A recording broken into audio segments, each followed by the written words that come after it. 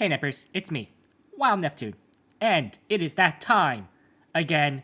Time for the buff updates where units and maybe artifacts and other things will get buffed to be, well, better. Before we get into that though, be sure to like, comment, and subscribe, and check me at Twitch at twitch.tv/WildNeptune. I appreciate all of the support. Let's get going.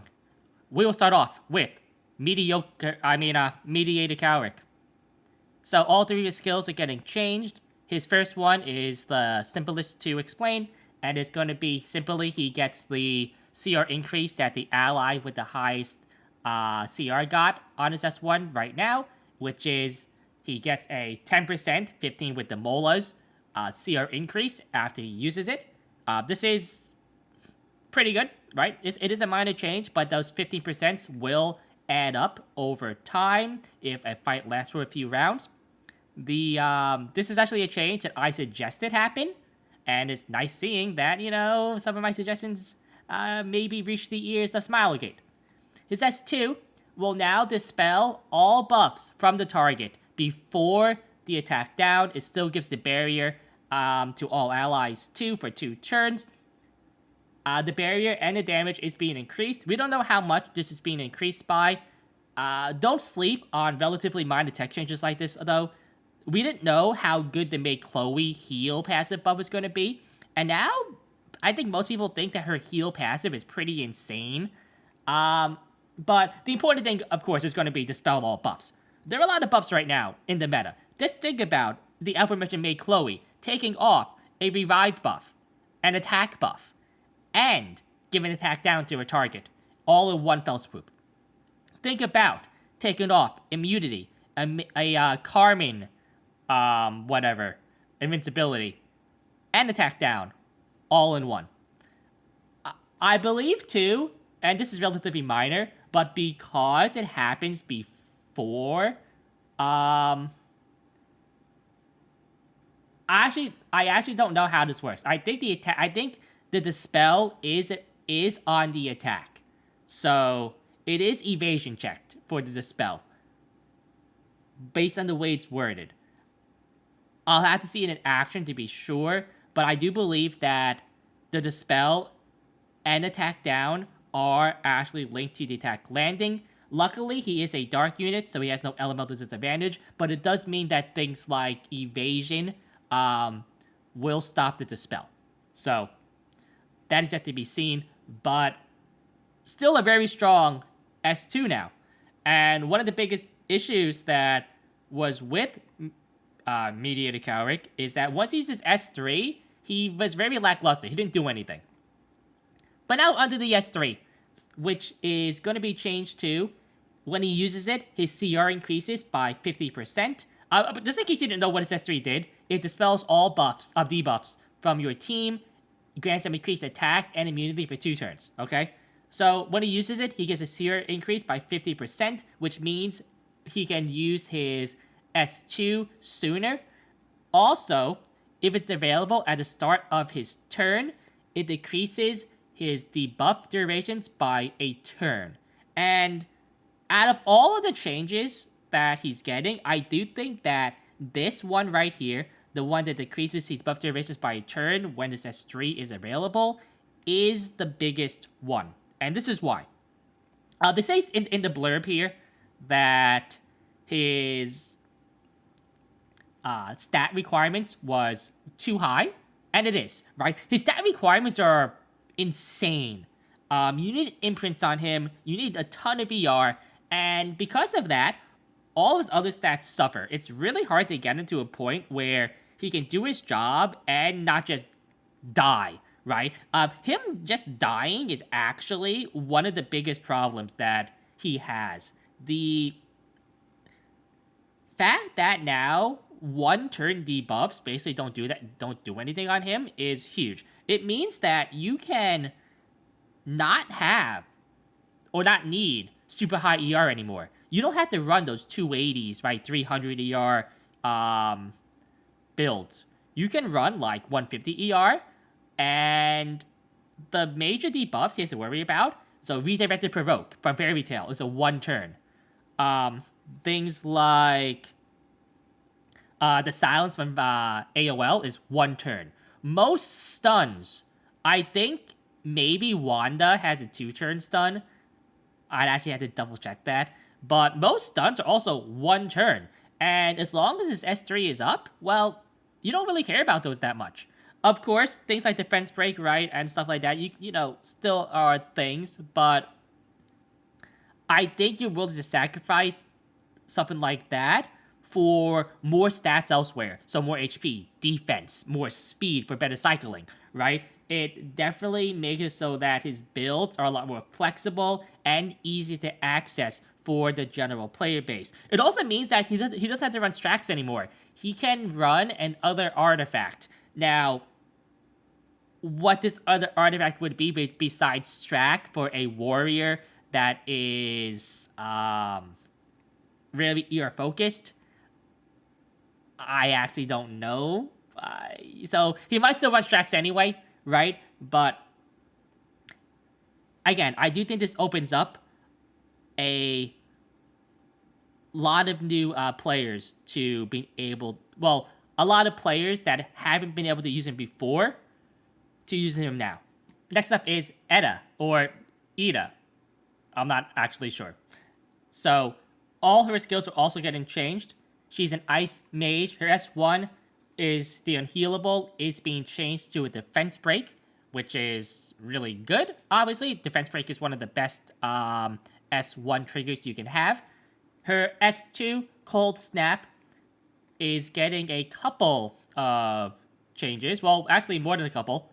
So, first of all, it will dispel 2 buffs, which is really big.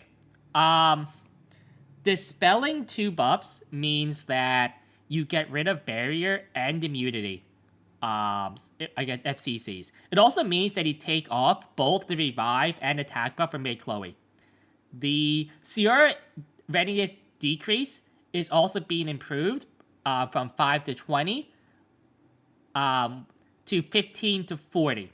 So the critical hit thing is being taken away, but even without that, the 40% is still more than the max you can get before. The 15 is not an insignificant amount, and 40% is a very big amount, okay? So, on average, it's about a 27.5% decrease overall, which is relatively decent, right?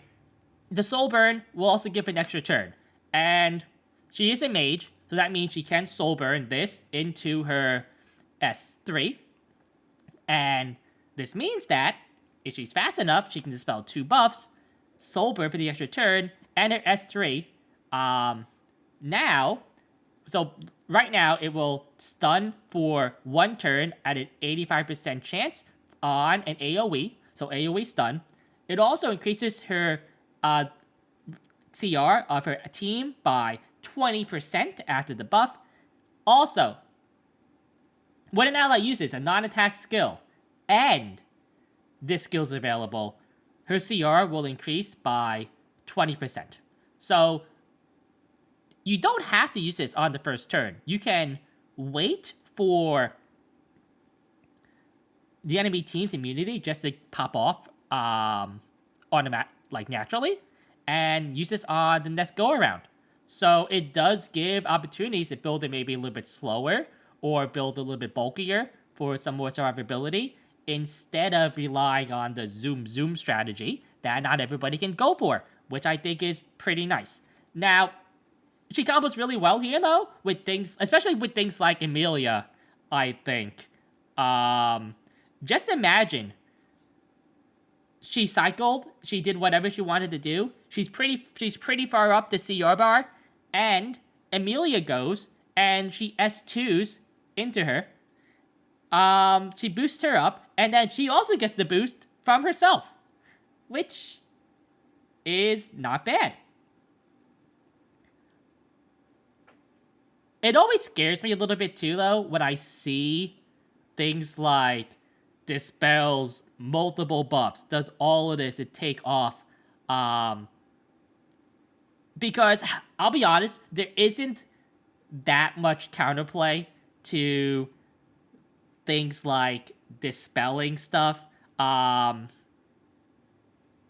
this high of a clip, especially things since I think a Tywin is really not really for the dispel, right, but for like the AoE stuns and stuff like that. Who knows? Maybe something like G Purgus might come back because of all the AoE she's having, right? Of course, there is the Meteor Calric now that is also being buffed that might have something to say about all that's happening too. So it might be a chicken game in some cases on, are you going to S3? Am I going to S3 now? Like, when is each skill going to go off? Alright, Eufene is also getting a buff. Her only one skill, looks like here. So, Dragon Charge, it is her S3. And hits the enemy with a finishing blow, dispelling all buffs and stunning for one turn. Damage increased by 50% when the enemy is buffed. And will increase her effectiveness for 2 turns. I don't know if this happens before or after the attack. The Soul Burn will also extend buff durations by the skill by 1 turn, so the effectiveness buff will stay, and grants an extra turn.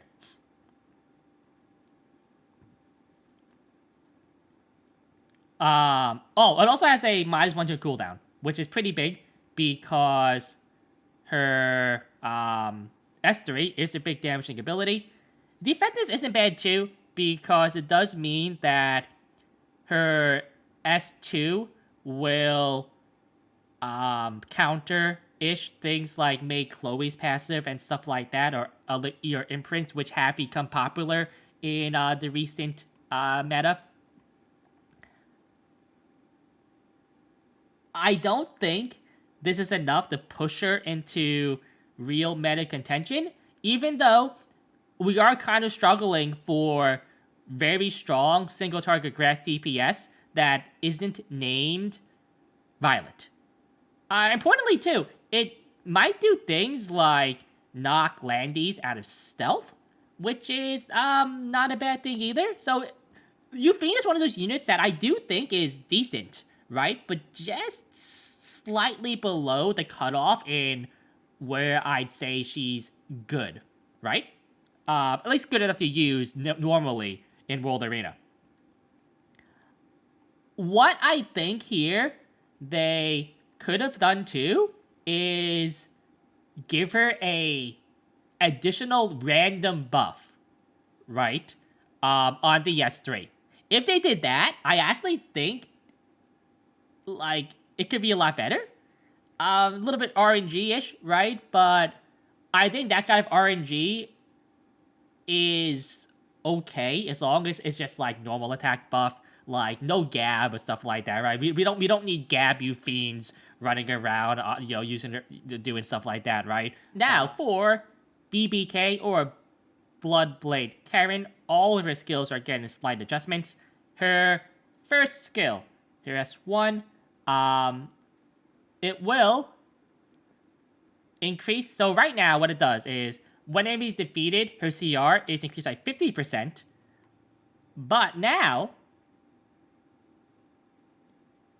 it still does that, right? But it is split up. So it is 50% in total when the enemy is defeated, but she gets 15% just by using it normally. This makes the counter build that's being used even better because she counters and she gets the CR boost, right? Her S2, right now, as her health decreases, her attack, defense, and speed increase. And the increase here is actually pretty big, right? People, I think, underestimate how fast she goes when she's at low health. It still does that, but when the battle starts, it grants immortality to the caster for a turn.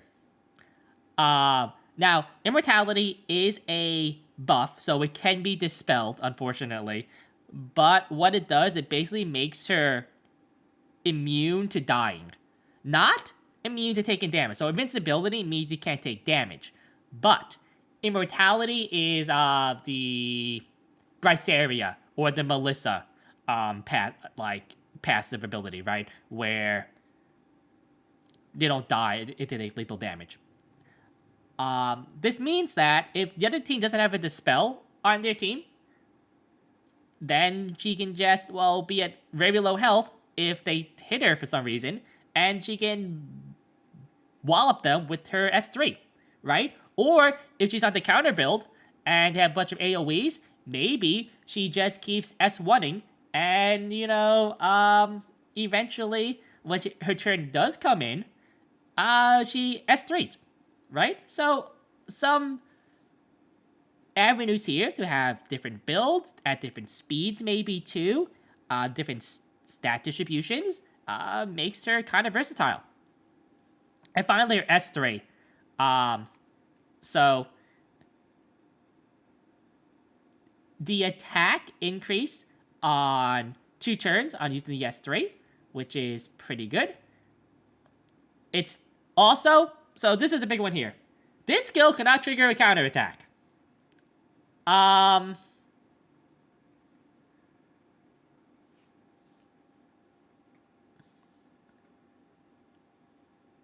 not sure here if the attack buff is before or after the attack.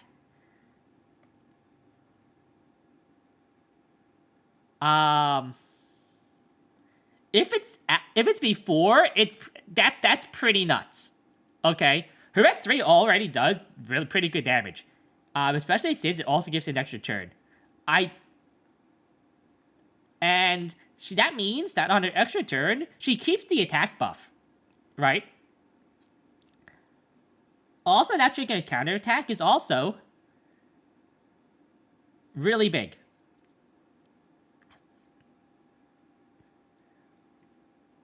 Also here, there are some more changes in her blurb here that I will have to read. One of them is going to be the effect of Cursed Sword will now reflect their health more sensitively. So right now, I believe it is in 25% chunks. So you have to get at threshold. So 75 and lower, 15 lower, and 25 and lower, right? And so now it seems like it's going to be in more minor chunks. So we don't know what the chunk is going to be. It could be like 1%, could be 5%, could be 10% thresholds, right? But whatever it's going to be, the effects of her S2 will happen at a more gradual rate instead of the spikes that you see right now, which I think in general is a better thing, at least for her overall kit. BBK also is a unit that is like just outside, I think, the fringe of playability. And this might help push her into, well, being a viable DPS target. Especially because she has some more built-in survivability. Her just her abilities to potentially clean up some enemies, like with the S3 into the S1, could be really big. Don't sleep on her too for anti-cleave, right? A lot of cleave teams don't have ways to strip off buffs like her S2 passive that is gonna go through, right? If you get rid of something like Secret, their options start becoming more and more limited, right? So, because of that, she might be decent there too, right? In addition to just being a generally maybe a good DPS pick, right? So, another hero that I think got really good changes here. And we have the SC hero that's being buffed, which is Zealot Carmen Rose. So, first one is that her Order rune is after using Vampirism, which is her S1, will increase his AR by 5%, which is, not bad. 5% is really low though. I would have liked to see this maybe a little bit higher, like 10% maybe. disease rune, so it will now have a 60% of inflicting a healable for 1 turn after using her S1. And this is simply being changed where it no longer has to be an Earth Elemental hero, which I always thought was way too restrictive. So her S1 just now has unhealable on it, which is nice. Her Wedge rune will now where when the caster's health is 50% after using Spiteful Annihilation, which is the S3, will increase her effectiveness before the skill effect. So this is also really nice because I believe before it did it after for whatever reason. And, well, now she gets a nice ER boost. I mean, effectiveness boost here. And her Trust rune is being increased where when buffs are successfully dispelled by Spiteful Annihilation, which again is her S3, increases the CR of the caster and an ally, except for the caster with the highest attack, by 20%. So she will also get the CR boost, so she can cycle through her S1 a little bit better. Right now, she isn't in a place where she's not like on the cusp of being usable like BBK or things like Eufene were, right? Or even mediocre, right? So she will need more changes than this to be viable at higher levels in World Arena, in my opinion. But these, again, are welcome changes. I do think, too, that they are being very careful about how they buff these units here, especially after what happened with Carrick, right? But you can't complain that much about this, right? Nobody. And now for some artifacts. Honestly, these are 2 artifacts I don't think had to be buffed. I actually think these 2 artifacts are actually pretty good already. So, Black Hand of the Goddess, if you forgot, this artifact, I believe, was already buffed. The buff now is going to be that the effect will decrease at a lower rate. So instead of going down to a 12% crit chance decrease, is now down to 18 instead. But this artifact was already being used by some mages like TML, which is being used as like a tech option to lower her stat requirements. And to be honest, I don't know how, like, it's at plus 30, it's a 6%,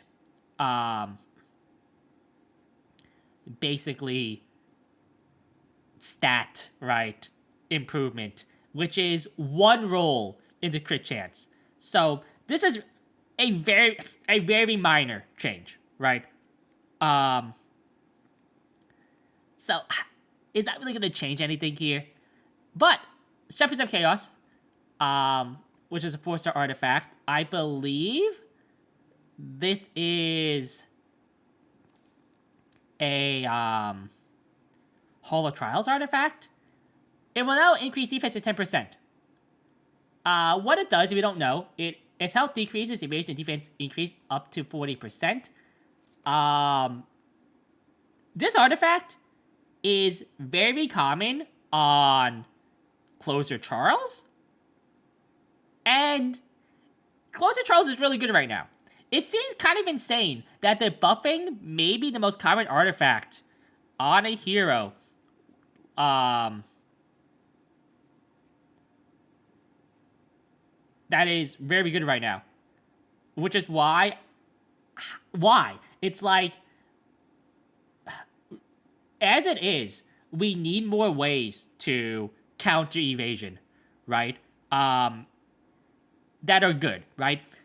As a tangent here, evasion is very strong because the counters to evasion, which is like accuracy, is